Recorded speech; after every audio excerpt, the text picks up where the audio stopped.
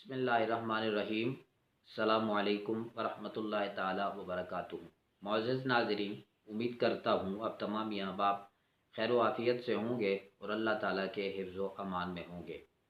आज की इस वीडियो में हमने इस मसले को देखना है और इस बात को हमने जानना है कि अगर कोई बंदा मुश्तज़नी करता है, अपने हाथ से मनी को निकालता है, तो उसका रोज़ा टूट जाएगा या नहीं। अगर रोज़ा टूट जाता है तो उस पे कफ़ारा लाज़िम आएगा या उसको उस पे क़ज़ा लाज़िम आएगी।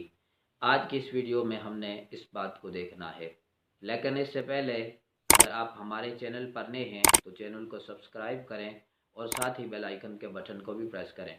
इसका फ़ायदा ये होगा कि आने वाली लेटेस्ट इस्लामिक वीडियोस और आपके मसाइल का हल आसानी के साथ आप तक पहुंच सकेगा। रोज़े की हालत में अगर कोई बंदा मुश्तनी करता है, अपने हाथ से मनी को निकालता है, उसका रोज़ा टूट जाएगा या नहीं। अगर उसका रोज़ा टूट जाता है तो उस पे क़ज़ा लाज़िम होगी या कफ़ारा लाज़िम होगा, या क़ज़ा व कफ़ारा दोनों लाज़िम होंगे। देखें, रोज़े की हालत में अगर रोज़ादार अपने हाथ से मनी को निकालता है, मुश्तनी करता है और उसका ये अमल करना रोज़े को तोड़ देता है। अगर वो मुश्तनी करता है, अपने हाथ से मनी को निकालता है, तो उसका रोज़ा टूट जाता है। लेकिन देखना इस बात को है कि रोज़ा तो टूट जाता है, लेकिन उस पे कफ़ारा लाज़िम आता है या क़ज़ा लाज़िम आती है।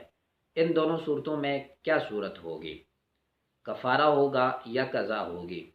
तो देखिए, इस सूरत में अगर कोई रोज़ादार रोज़े की हालत में मुश्तनी करता है, अपने हाथ से मनी को निकाल देता है, तो इस सूरत में उस पर सिर्फ़ और सिर्फ क़ज़ा वाजिब होगी, उस पे क़ज़ा लाज़िम होगी।